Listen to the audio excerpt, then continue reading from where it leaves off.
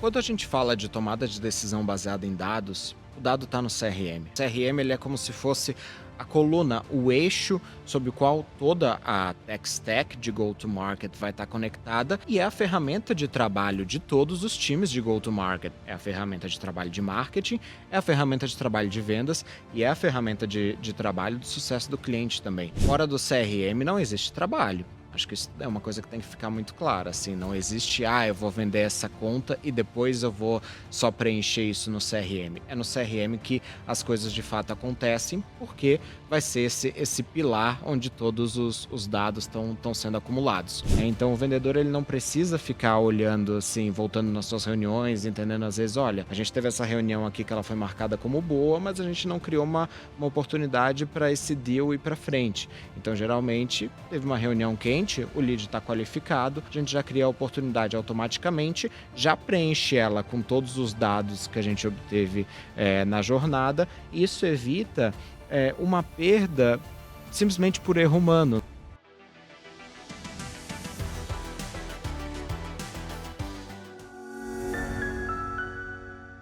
Revenue Operations, pois é, né? Você não aguenta mais ouvir falar desses termos, ou o tal do RevOps. Pois é, esse é um termo que está cada vez mais presente no mundo de vendas B2B, especialmente vindo lá dos Estados Unidos, que é da onde vem as principais metodologias e técnicas de vendas. Então a gente trouxe nesse episódio alguém que está trabalhando em projetos diretamente lá na terra do tio Sam ou do Trump, para a gente falar como é que as discussões sobre Revenue Operations vêm lá dos Estados Unidos e estão afetando o mundo como um todo. Eu sou o Gustavo Pagotto, fundador da Pipe Lovers e embaixador do Zorro CRM, e esse é mais um episódio do Vamos de Vendas. Um podcast para você que quer levar o nível da sua operação comercial para um outro patamar. Então, todo episódio a gente vai buscar os principais especialistas em B2B para trazer aqui temas com profundidade, para falar contigo como é que a gente pode ajudar você a levar a sua operação para um outro nível, para um outro patamar. Toda semana tem um novo episódio. Então, você certamente está ouvindo a gente aí no seu tocador de podcast favorito. Então, não deixa de favoritar, acionar o sininho, seguir a gente, faz o que precisa fazer aí para garantir que toda vez que sai um novo episódio, você receba diretamente um alerta e possa consumir os novos conteúdos. Também não deixa de seguir a gente nas redes sociais, Vamos de Vendas Podcast, @Zorro Brasil, e me segue lá também, @Gupagotto. O nosso convidado de hoje é o Guilherme Larroide, ele que é RevOps Manager na Lean Layer, uma consultoria americana de Revenue Operations, trabalhando aí com vários projetos no mundo todo, mas especificamente mais forte nos Estados Unidos e no Canadá. Guilherme, grande prazer ter você aqui comigo, cara. Prazer é Valeu meu. demais. Agradeço demais o convite aí, uma alegria poder compartilhar. Acho que, assim, um podcast de vendas, né? Então, acho que é natural pensar assim, poxa, mas eu gostaria de ouvir sobre pitch, eu gostaria de ouvir sobre contornar objeções, mas tem dois motivos pelos quais eu acho que é muito importante falar de RevOps em vendas, que é, primeiro, cada vez mais se entendeu nas empresas que mais crescem que a venda ela não acontece só entre a demo e a assinatura do contrato, né? Uhum. Ela começa antes do primeiro contato. São vários aceites que esse cliente precisa ter, ele precisa identificar a dor, ele precisa ver as implicações disso até chegar, de fato, na demo e na assinatura do contrato. E depois da assinatura do contrato, ele nunca acaba. Todo dia ele precisa dar um sim diferente, né, para entender se essa plataforma está de fato resolvendo os problemas dele. E até mesmo quando ele churna, ele pode voltar, então ele tem que continuar essa avaliação. Então, RevOps cada vez mais consegue ter dados para mapear toda essa jornada e isso tem transformado, de fato, como se vende, como se gera receita no B2B. Muito bom, cara. Curiosidades aqui pra gente começar esse papo. Você é originalmente de Floripa, né? E hoje tá trabalhando, tá morando aqui em São Paulo, a gente tava conversando aqui um pouco no backstage, e trabalhando numa consultoria americana. Como é que foi a sua jornada? Conta um pouquinho da sua carreira e conta um pouco da Lean Layer, qual que é o tipo de projetos que vocês têm trabalhado lá, até pra galera entender qual que é o perfil de empresas que você tem ajudado, até porque depois a gente vai se aprofundar aqui nos problemas que você tem visto mais aí no dia a dia. 100%. Cara, assim, a minha jornada começa de uma forma até, acho que isso é muito ilustrativo pro caminho que eu segui. Eu entrei numa vaga numa startup lá de Floripa de análise de dados Uhum. e 2 meses depois a vaga não ia existir mais, a empresa me deu a opção de mudar para um time de SDR que estava começando ali Uhum. no momento. Ia ser eu e mais 3 pessoas que foram contratadas porque tinham um perfil de SDR. Eu tinha um perfil de analista de dados. É. Mas no final das contas, claro, treinei, tentei aprender um pouco desse mundo de vendas, essa foi a minha introdução, mas 3 meses depois eu consegui gerar mais resultado que meus colegas, porque eu criei uma macro que cadastrava os leads no CRM, na época o CRM do Exact Sales, Uhum. enquanto eu estava almoçando. Então, no final das contas, eu conseguia ligar 5 dias por semana, meus colegas ligavam 3, eu conseguia dar mais resultado, mesmo não sendo aquele perfil de vendedor tradicional. Uhum. Então, acho que esse foi o kickoff de como eu passei a acreditar e entender que gerar receita é, de fato, pautado em cima de dados e automações, e a partir daí assumi a gestão e comecei a fazer, aplicar isso, esse modelo para o time todo. Depois isso englobou marketing também e nunca mais saí desse mundo, né? Empreendi, voltei para o mercado, fiz um monte de coisa, sempre muito voltado para como dados pode suportar a geração de receita. E lá para o final de 2023 eu vi que isso estava se consolidando muito forte no exterior, justamente com o nome de RevOps, né? RevOps estava surgindo com um outro escopo muito mais capaz de levar esse dado para influenciar a estratégia, como que todas essas máquinas estavam sendo construídas, e eu olhei e pensei, quero fazer parte dessa construção, quero Uhum. dar meu input também, e aí foi nesse momento que eu direcionei a minha carreira para lá, e entrei na Lean Layer já faz pouco mais de um ano. A Lean Layer hoje ela é uma consultoria de RevOps e BI para empresas B2B no exterior, claro, no mundo todo. Nós somos o primeiro lugar no G2, que é um site que avalia prestadores de serviço B2B como a melhor consultoria de RevOps e BI do mundo. E, por sinal, aí para quem está ouvindo, a gente está com vagas abertas, então quem quiser se inscrever pode entrar ou no nosso site, procurar por Lean Layer no Google, né? Com Hum. certeza vai achar, ou vir até no meu LinkedIn também, mandar uma mensagem, estou sempre aberto para bater um papo. Muito bom, cara. Agora vamos começar falando, você deu uma pitadinha já nesse aspecto, em relação à tendência, né, ou ao tema Revenue Operations ou RevOps. Explica um pouco pra galera quais são as disciplinas que estão dentro de Revenue Operations, porque na prática, quando você vai entregar consultoria, você vai olhar lá, pô, tá dentro do meu cardápio, né? O que uma empresa, quando pensa em Revenue Operations, o que ela poderia analisar, o que ela poderia estar considerando dentro desse escopo de Revenue Operations? Olha, tem muita coisa e, inclusive, é um debate muito grande. Acho que é um debate ainda bastante vivo. Até onde vai RevOps? Uhum. Qual que é o limite de RevOps? Onde que RevOps começa a entrar, por exemplo, numa decisão que vendas deve tomar, que Uhum. marketing deve tomar? Então, eu acredito, eu vejo muito RevOps como um construtor de uma infraestrutura que vai possibilitar uma tomada de decisão orientada para dados. Uhum. Isso que eu acho fundamental. Muitas vezes a gente constrói um processo de vendas com base no que o nosso gestor tem como experiência, não necessariamente naquilo que dá certo e é eficiente para aquela empresa. Então, eu acredito que a principal missão de RevOps nesse sentido é orientar a tomada de decisão baseada em dados, para Uhum. que aquilo que seja aplicado no projeto, no processo comercial, em marketing, em CS, em receita como um todo, né, que a gente chama toda essa operação holística de go-to-market, seja aquilo que os dados mostram que é mais eficiente para aquela empresa. Mas quando você olha em dados, a gente pode estar falando de vários tipos, né? Então, desde dados externos, como análise de mercado, dados que vão estar mais relacionados com uma visão de posicionamento, estratégia, pricing, arquitetura de receita. Posso ter os meus dados internos de capacity, taxa de conversão, performance de vendedor como um todo, distribuição de territórios. Posso entrar numa parte de enablement, né? Então, onde que eu tenho que treinar meu time para melhorar cada uma das etapas do funil, e posso eventualmente até entrar numa visão mais de um analytics do business, né? Ou seja, eu vou trazer uma visão de, cara, quais são eu estou ganhando por quê, eu estou perdendo por quê, o que que eu estou ouvindo nas discussões dos meus clientes. Eh, Quando você olha para isso como um todo, como é que você vê a principal diferença entre o mercado americano e canadense, que é onde estão muitos dos projetos aí que você tem atuado, em relação ao mercado brasileiro? Qual que é o nível de maturidade, o nível dos problemas que você enxerga no mercado brasileiro versus o que você tem visto em projetos lá fora? Então, acho que os problemas de B2B, eles são, de certa forma, universais, né? Essa semana eu até aprendi uma palavra nova que eu estou, de certa forma, obcecado, que é uma palavra em chinês, com Uhum, certeza não vou fazer a pronúncia correta aqui, que é Neishuan. hum, Ela descreve basicamente um sistema onde todos os participantes têm que botar cada vez mais esforço só para manter a posição atual deles. E hum, eu acho que essa palavra descreve perfeitamente o cenário de geração de receita B2B. Agora, o que eu acredito que lá fora conseguiu se entender e desenvolver uma maturidade maior, é que tanto esses todos os gestores de go to market, seja marketing, venda, CS, enfim, entenderam que eles estão num mercado altamente competitivo e que a capacidade deles de incorporar inteligência nesse processo de geração de receita vai ser fundamental para eles conseguirem se diferenciar, para conseguir distribuir o seu produto de forma eficiente. Caso contrário, vai vir um competidor e vai roubar o mercado deles por fazer uma distribuição muito mais barata ou por ter uma mensagem com muito mais aderência com a base de clientes deles.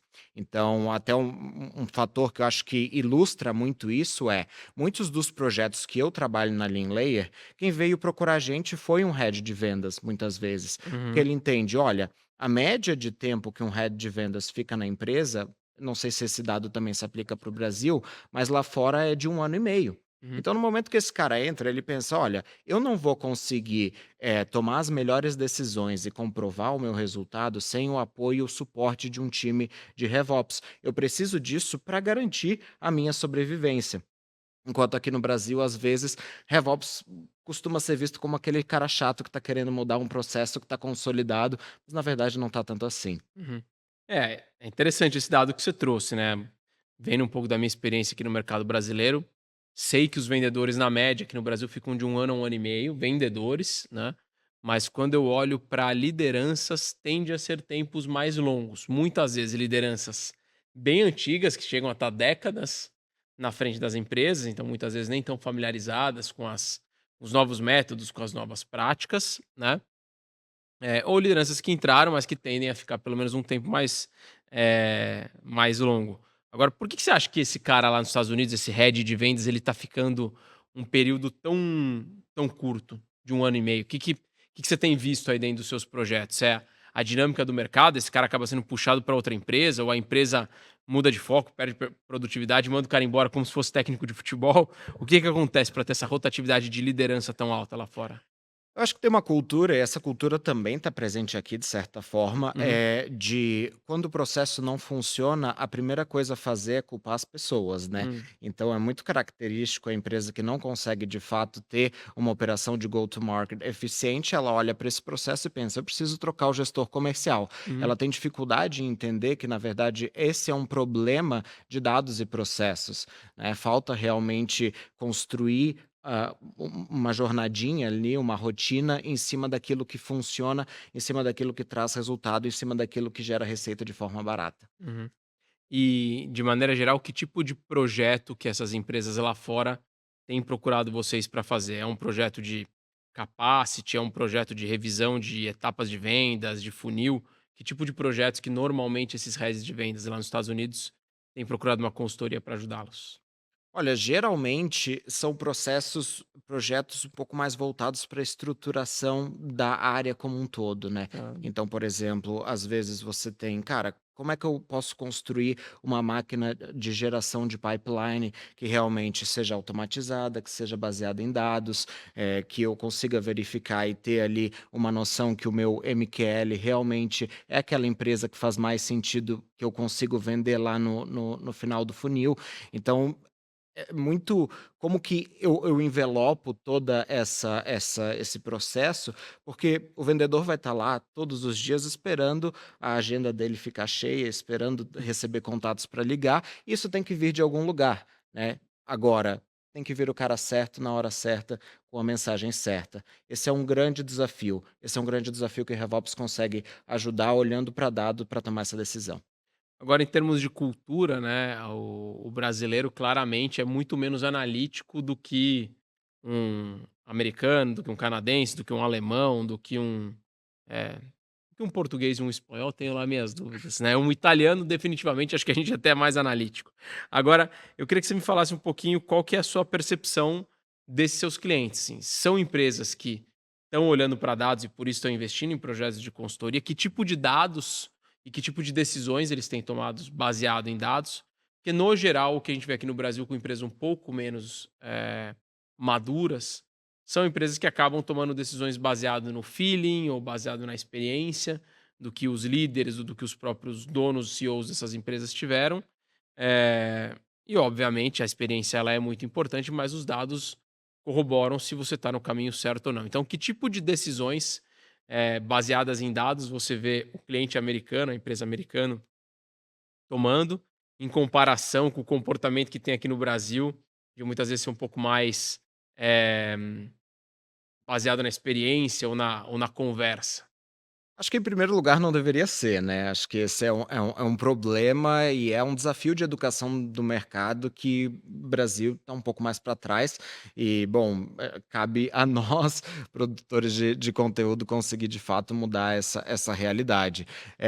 O leque de decisões tomado por dados, por empresas americanas, eu diria que é surpreendente para um gestor brasileiro, porque elas vão de decisões estratégicas e sobre a arquitetura de go to market de fato, então, por exemplo, eu tive cliente meu que a gente teve conversas sérias se para o mercado dele o que mais fazia sentido era aplicar SDR ou se ele deveria ir para uma estratégia um pouco mais enterprise. Isso foi construído com base em testes e teve E realmente numa situação como essa, que tipo de dados que vocês avaliavam? muita coisa, né, porque esse é um teste extremamente complexo de ser Uhum. feito. Essa não é uma resposta que você vai ter de uma semana para outra, mas você tem que entender, cara, quais que são as conversões que eu estou obtendo com SDR, quais que são as taxas ali de, por exemplo, negócios que eu consigo marcar uma reunião, às vezes, com um analista, o gestor que de fato sente a dor, e eu consigo escalar esse deal para ter o comitê tomador de decisão presente numa reunião e de fato fechar esse contrato, versus e se eu tentar um outro approach, né? E se eu convidar, por exemplo, o gestor, o tomador de decisão para um evento, e se eu tentar uma coisa um pouco mais ABM. Então, isso é um projeto muito grande, essa é uma decisão extremamente complexa, não é uma decisão tão simples. Mas, como eu estava falando antes, tem desde decisões de arquitetura e estratégia até decisões um pouco mais operacionais. Então, por exemplo, Uhum. é muito comum meus clientes chegarem e falarem: olha, eu quero que você implemente as melhores práticas do mercado na minha geração de pipeline, na minha Uhum. geração de receita. Por exemplo, a grande maioria dos meus clientes a ordem de quais empresas, quais contatos devem ser priorizados, por exemplo, para um SDR fazer uma abordagem outbound, ela é definida com base em dados. Os filtros do que é um MQL, do MQL que deve ser mandado e o que deve acontecer com cada tipo de lead é uma decisão baseada em dados. Então, essas decisões elas permeiam todos os níveis, né? Do nível mais operacional, nível tático e também nível estratégico. Uhum.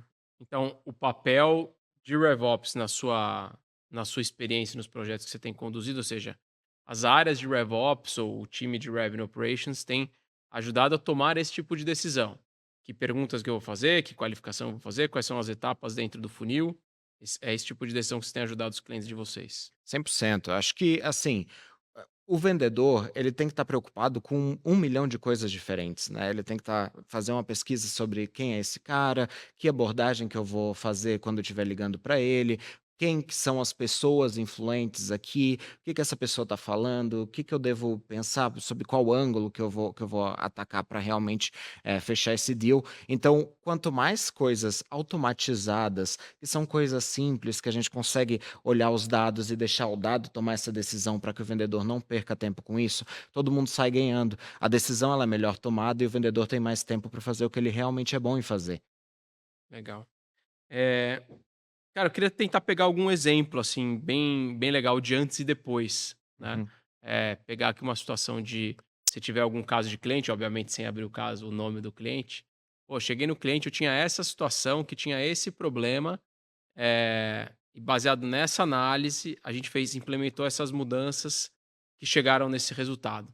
Eh, que acho que está claro para todo mundo que ter uma visão de dados, de automações e ferramentas pode transformar operações de vendas, dando muito mais receita e resultado operacional.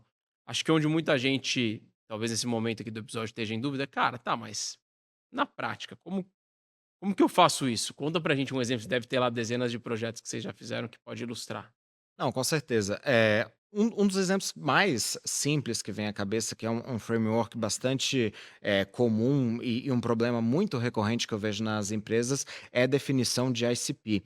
Então, geralmente, a definição do ICP ela não é completa e tem os nuances necessários para ser uma boa definição. Geralmente, ela é uma definição muito binária e com muitos vieses. Então, as empresas, geralmente, até brinco, elas acham que vendem para um cliente mais enterprise, que ele realmente é, e acham que elas abordam um cara mais C-level e mais sênior do que realmente é.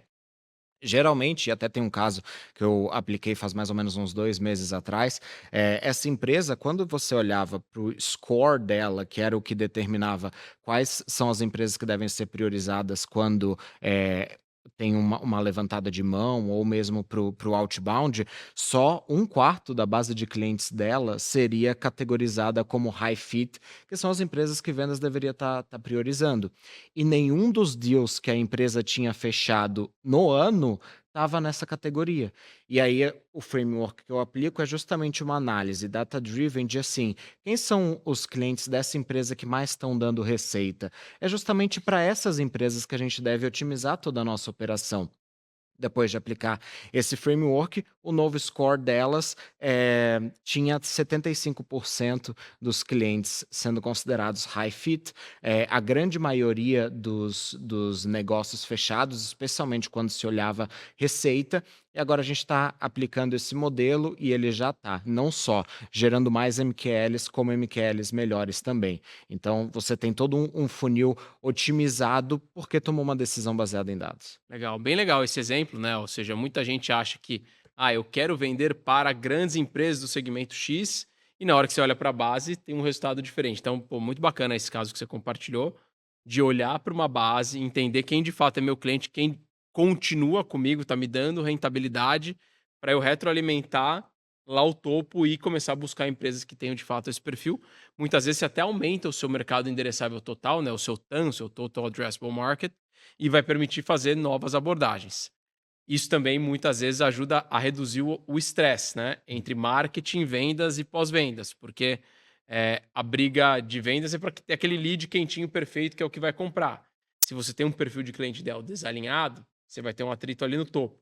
Depois você vai ter um atrito com o pessoal de CS, porque se eu tô vendendo esse perfil de lead que está chegando para mim, mas não é esse cliente que continua, que permanece com a gente. Opa, talvez você tenha que fazer essa mudança. Então, é muito legal esse exemplo que definitivamente baseado em dados. Agora você tocou num ponto que é sobre o vendedor, né? Aqui no Brasil, muita empresa, por mais que já seja bem antigo a história da metodologia do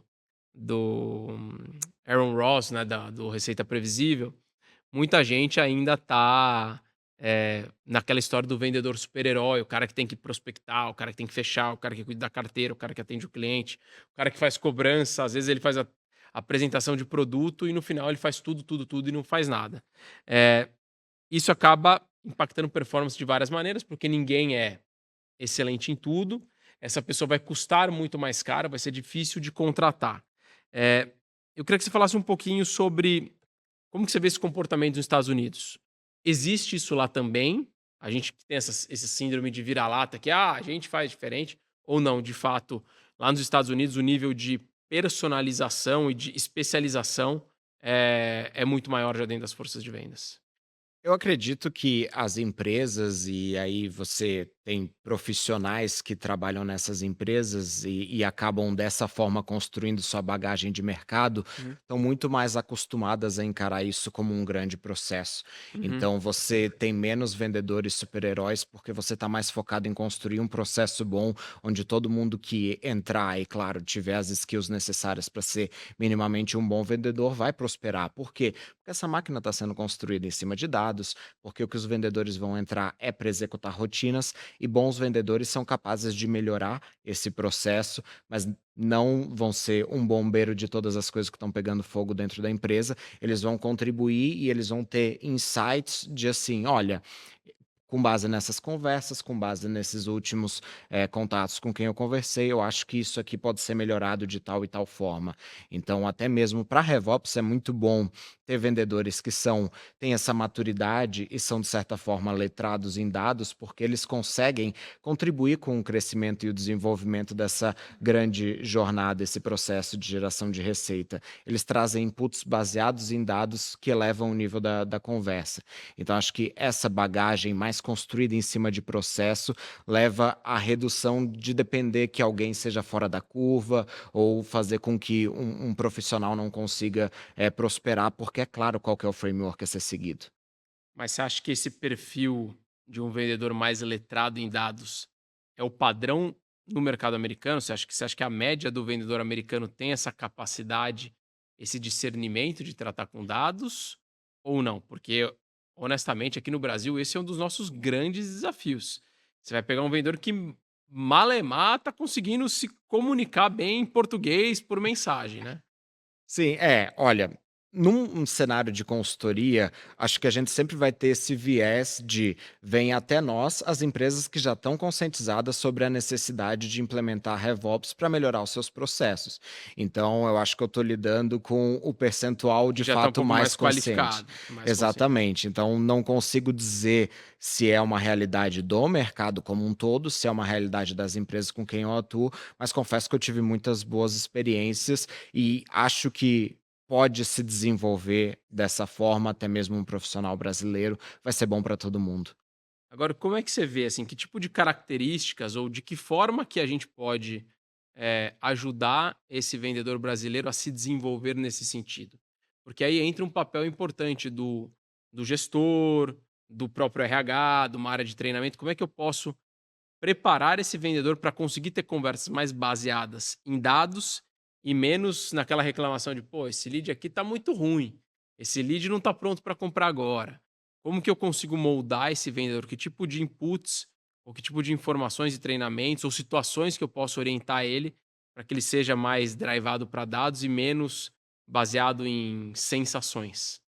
De fato, isso vai começar pelo gestor, né? Precisa ser um gestor que consiga entender que venda não é só relacionamento, que venda também não é só aquisição, que a venda ela é resultado desse processo, é um processo científico.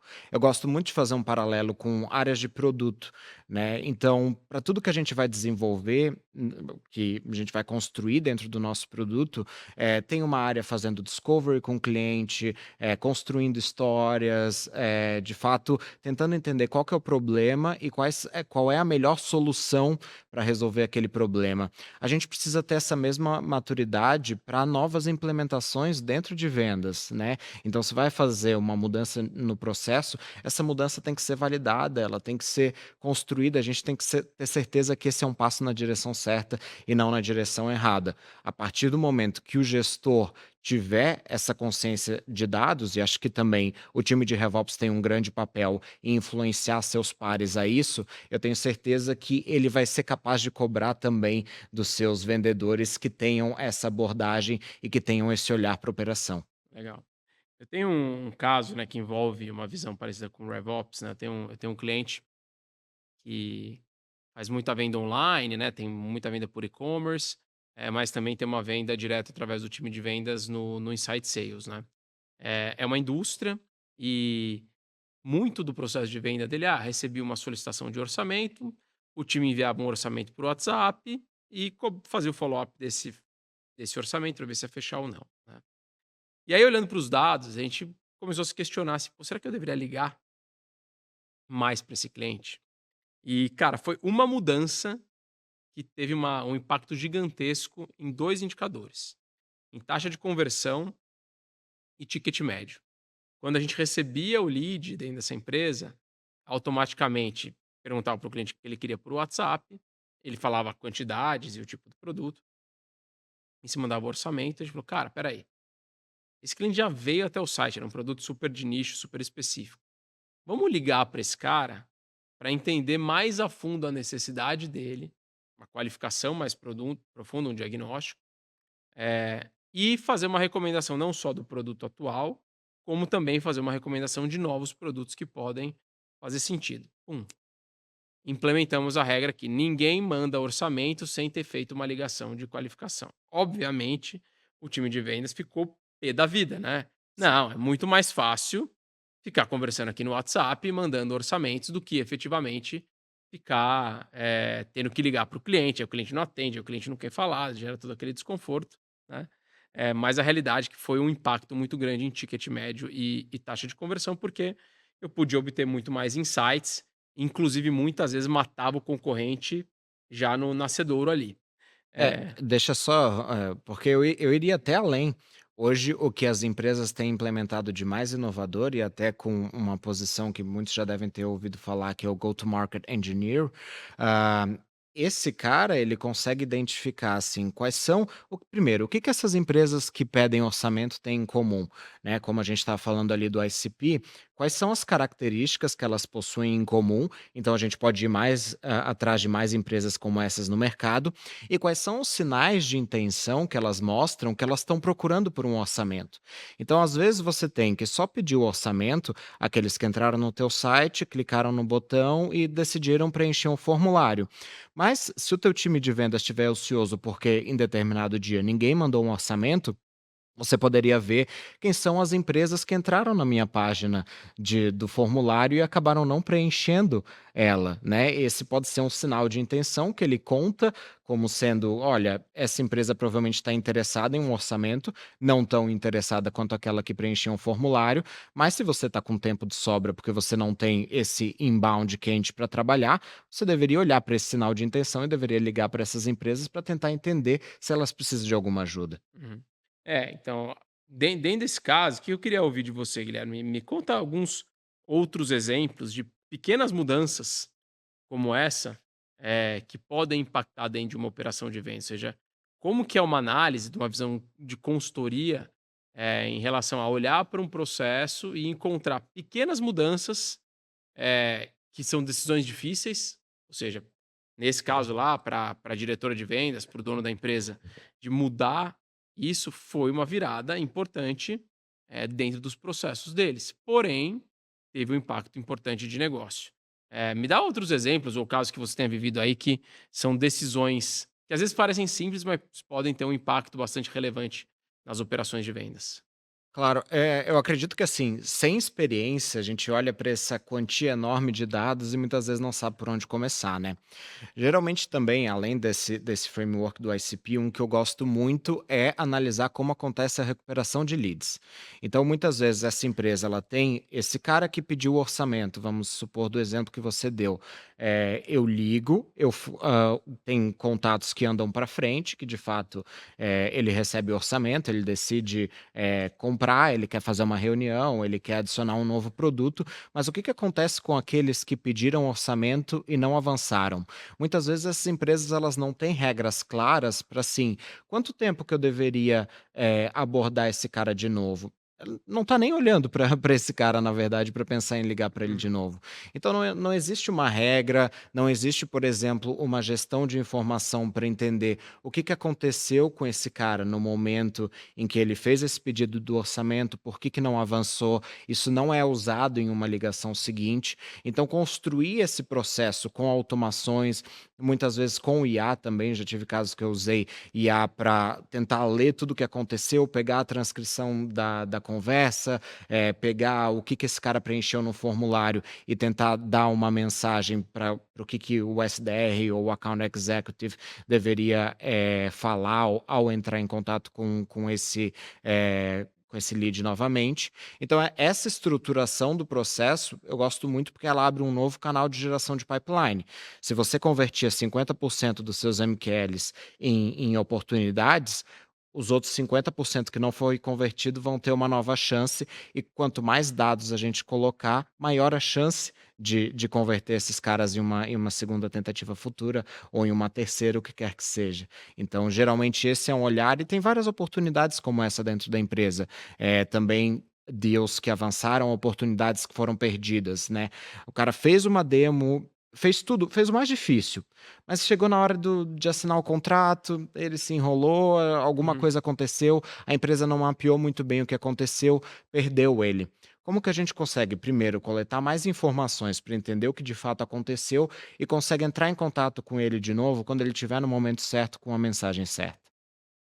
Agora, cara, você citou um pouquinho antes o papel do go-to-market, né, o GTM Engineer, ou engenheiro de e da estratégia de go-to-market, ou estratégia de dar mercado.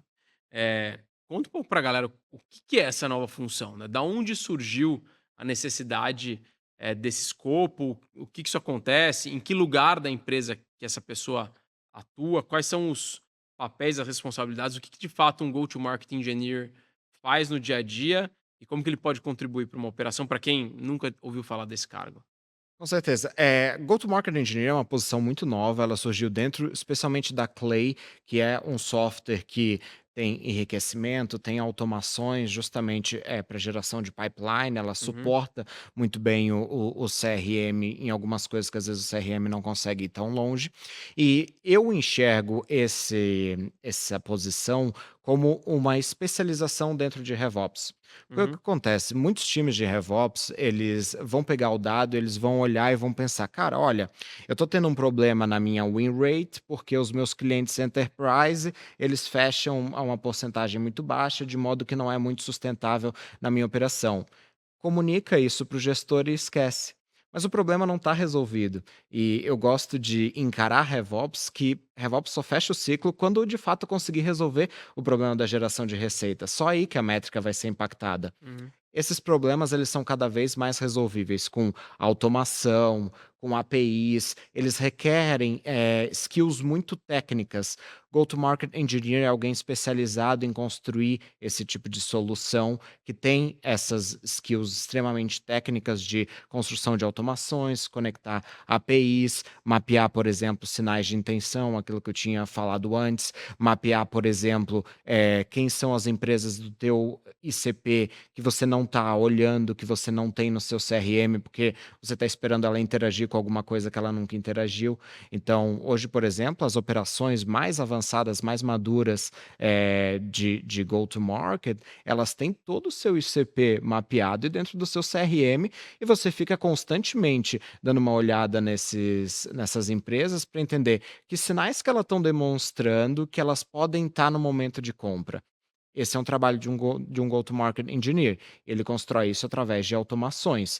Não é o vendedor indo lá e atualizando o LinkedIn, entrando no contato dessas empresas. É todo um mecanismo que acontece nos bastidores e que vai dar para o vendedor: olha, você deve entrar em contato com essa empresa aqui agora, porque ela entrou no teu o site, ela abriu uma vaga para tal posição que pode estar relacionado com a tua plataforma, e ela tá com um novo CRO que entrou nos últimos 90 dias, e esse é o momento em que ele tá olhando para budget para decidir que plataformas ele contrata. Uhum.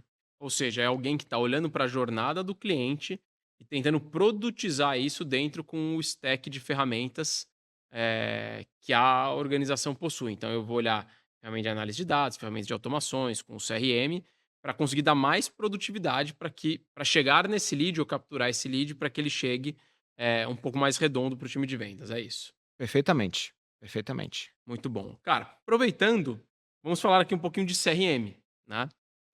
Acho que CRM é a grande plataforma, né, principalmente no que a gente tem discutido muito aqui sobre inteligência artificial, é a grande plataforma onde vão estar os dados, onde estar as automações e que os times comerciais e os agentes vão se conectar para interagir com os clientes. Agora, a gente sabe que cada mercado tem um nível de maturidade de utilização, né. Queria ouvir um pouco de você como que é o perfil de utilização de CRM pelas empresas que você tem atendido? O pessoal tem usado para registrar dado, tá, para fazer automações, tá de fato levando todas as comunicações lá para dentro, ou não? Conta um pouco para a gente como que é o perfil de utilização de CRM pelas empresas americanas que você tem atendido aí nos seus projetos. Quando a gente fala de tomada de decisão baseada em dados, o dado está no CRM, né? Uhum, O CRM ele é como se fosse a coluna, o eixo sobre o qual toda a tech stack de go-to-market vai estar conectada, e é a ferramenta de trabalho de todos os times de go-to-market. É a ferramenta de trabalho de marketing, é a ferramenta de trabalho de vendas e é a ferramenta de trabalho do sucesso do cliente também. Então, assim, fora do CRM não existe trabalho. Acho que isso é uma coisa que tem que ficar muito clara, assim, não existe, eu vou vender essa conta e depois eu vou só preencher isso no CRM. É no CRM que as coisas de fato acontecem, porque vai ser esse pilar onde todos os dados estão sendo acumulados. Para isso, claro, é enxergar o dado não como subproduto, mas como o centro dessa jornada que a gente está conversando, e tomar todas as decisões dentro desse CRM. Então, acho que até você comentou uma coisa muito interessante de preencher CRM. Pelo menos nos meus clientes, os vendedores praticamente não preenchem CRM. Isso é uma grande automação. Mas esse esforço e qualquer coisinha que eles tenham que colocar manualmente, tem que ser entendido como: eu estou colocando porque eu estou contribuindo para um processo que vai garantir que essa conta não seja perdida no futuro, que vai garantir que uma próxima vez a gente consiga melhorar o nosso processo e a gente consiga ter um resultado melhor. Então, essa que é a importância do CRM. O CRM é a ferramenta de trabalho e é onde tudo acontece. Agora você falou um negócio interessante que acho que a galera gostou aqui. Os vendedores nos seus clientes praticamente não preenchem o CRM.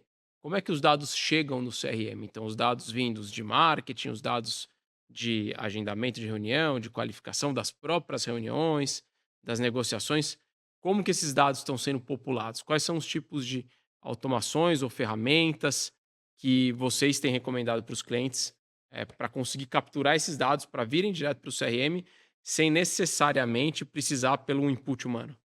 Olha, você tem diversas ferramentas, aí os meus clientes de fato lidam com muitas ferramentas diferentes, mas que conseguem identificar. Por exemplo, você faz ali uma reunião no Zoom, você consegue ter uma automação que identifique que essa reunião foi completada e às vezes até mesmo usar a tua transcrição de IA dessa call para fazer uma avaliação se essa reunião foi positiva ou não. Todas as ferramentas, especialmente nessas operações mais eficientes, elas estão conectadas no CRM através de APIs, você tem, fluxos de trabalho que identificam que quando uma coisa acontece, outra deve ser preenchida, deve ser atualizada dentro do CRM, e tudo está se conectando no CRM, que é a grande fonte da verdade do que aconteceu. Então, mesmo que alguma coisa aconteça em outra ferramenta, por exemplo, a ferramenta pela qual você conduziu essa reunião online, se essa reunião não for, transcrita automaticamente para o CRM, é como se ela não tivesse existido. Hum. Mas de que forma que a gente consegue trazer? Dá alguns exemplos de ferramentas que você tem recomendado, que acho que a galera, deve ter curiosidade, falar: "Pô, quero pesquisar", né. A gente aqui no Brasil usa algumas, eu queria ouvir um pouco do que vocês no mercado americano estão conseguindo utilizar. Olha, eu gosto bastante do Clay para gerar pipeline, Apollo também, o Apollo é um Uhum. pouco diferente, o Apollo tem as suas sequências, eu gosto muito de usar essas sequências no pré-vendas, né, então identifica exatamente, cara, quem é o cliente, a qual ICP ele pertence, que dor que ele tem, a gente já manda ele automaticamente para uma sequência que está ali, populando o CRM, com os dados do que aconteceu, se a ligação foi registrada ou não, tudo isso é integrado de fato via API. Também tem uma outra ferramenta que é o Default. O Default é muito interessante porque você, por exemplo, vai preencher um formulário de demo. Ele consegue, no momento em que você preencher o formulário, fazer algumas análises e entender, por exemplo, para que vendedor que eu devo recomendar esse lead e que agenda de vendedor que vai aparecer para ele já marcar a reuniãozinha dele. Então tem essas automações são muito interessantes, a reunião já acontece por lá e através de lá também, a gente já consegue popular o CRM com o outcome dessa reunião, né, se essa reunião foi qualificada ou não.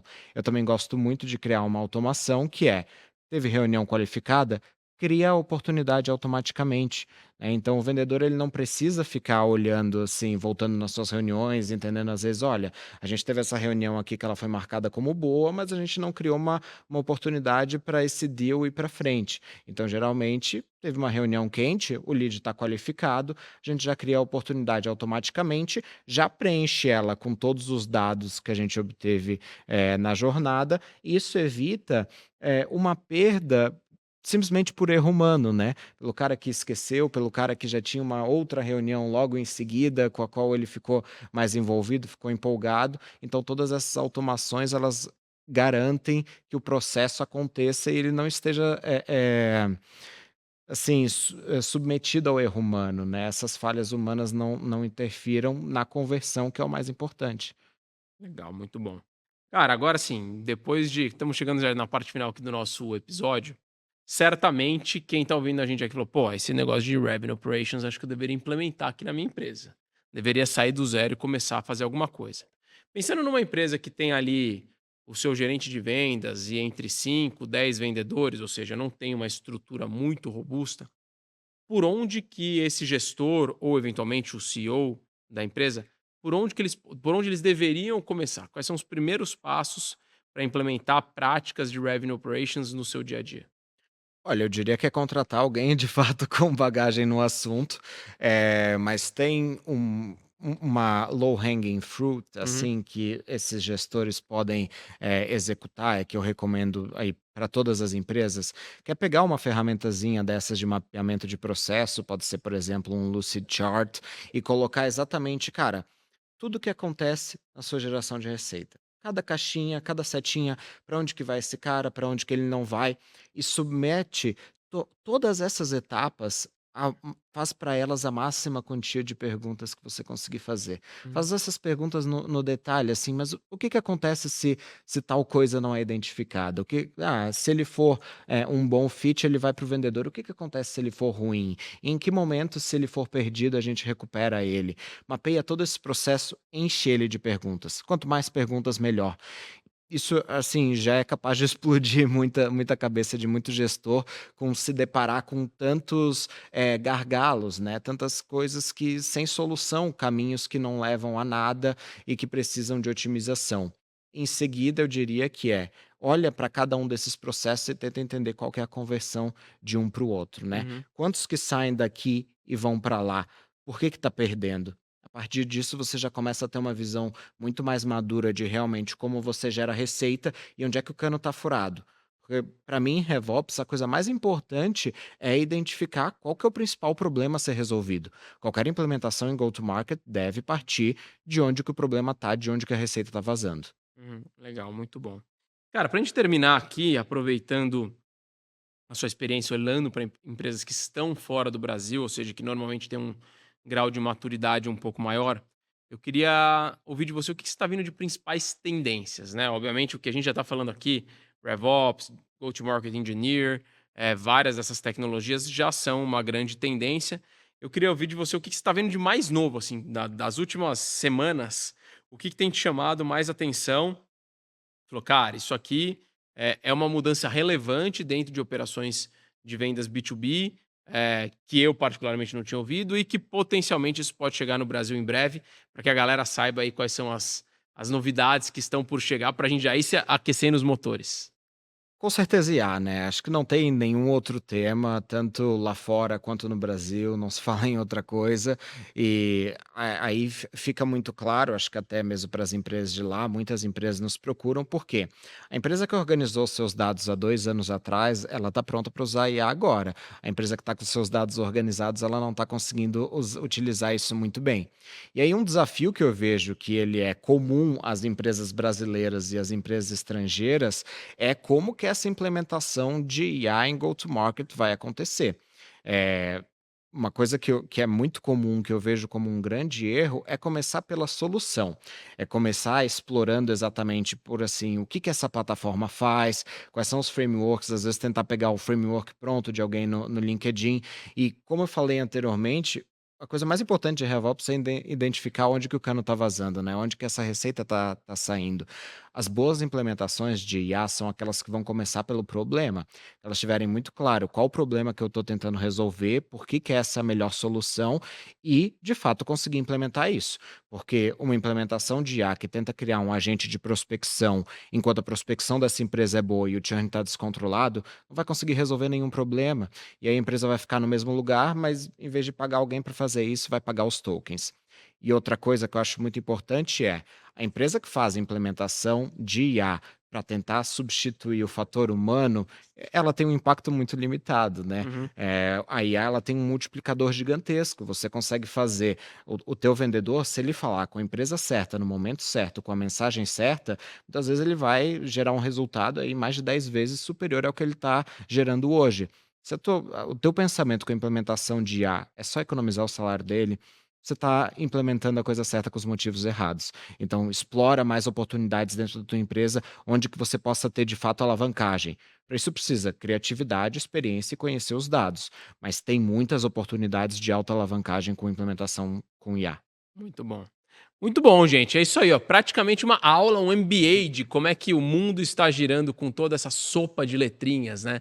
AI, RevOps, GTM, Engineer. Mas essa é a realidade, não tem como a gente fugir, pessoal. Por que é tanta sopa de letrinha, é tanto termo em inglês que está impactando nas nossas vendas B2B aqui no Brasil? Porque, pessoal, as principais metodologias de vendas estão vindo dos Estados Unidos. É muitas novas tecnologias. Tecnologia é o produto, é o serviço mais escalável que existe no mundo e é dali que vem os maiores investimentos em aprender essas novas técnicas. Então, te agradeço demais, Guilherme, por ter dado essa aula, trazer esse banho de loja pra gente. E agora, pra gente finalizar, cara, quem quiser entrar em contato com vocês, falou que vocês estão com várias vagas em aberto. Qual que é a melhor forma de falar contigo? Redes sociais, e-mail, qual que é o canal aí pra te encontrar? Olha, acho que meu LinkedIn seria o melhor. Não só estou disponível por lá, mas escrevo sobre tudo que a gente conversou aqui semanalmente, já tem uns bons anos. Então, ficaria muito feliz de saber quem que assistiu aqui até o final, gostou do que ouviu e tem mais dúvidas. Estou 100% disponível para responder todas elas. E agradecer o convite mais uma vez. Acho que, como falei logo no começo, vendas cada vez mais é um processo grande que está sendo mapeado e otimizado por dados, e isso é muito importante para as empresas fazerem boas implementações e para os profissionais também conseguirem se especializar para estarem, né, terem todas as skills necessárias para navegar nesse mundo aí de vendas, geração de receita B2B em 2026 e para frente, né? Muito legal. É isso aí, galera, ó. Quem precisar, entre em contato com o Guilherme Larroid, diretamente no LinkedIn dele. E por hoje a gente vai ficando por aqui. Vocês sabem que a minha chamadinha para vocês no todo final de episódio pô, assistiu a gente até aqui, não deixa de dar um print na sua tela, tirar uma foto de onde você está nesse momento escutando o nosso podcast, para que você possa postar e marca a gente lá, @gupagoto, @vamos de vendas podcast, Zorro Brasil. A gente quer ouvir o que vocês estão achando dos nossos episódios para que a gente traga mais conteúdos para vocês. Combinado? Por Arroba hoje. Guilherme Larroide também, pode Marco marcar. Guilherme também, @Guilherme Larroide, com certeza. Pô, já ia deixar de dar o CTA aqui pro colega. Marco Guilherme também.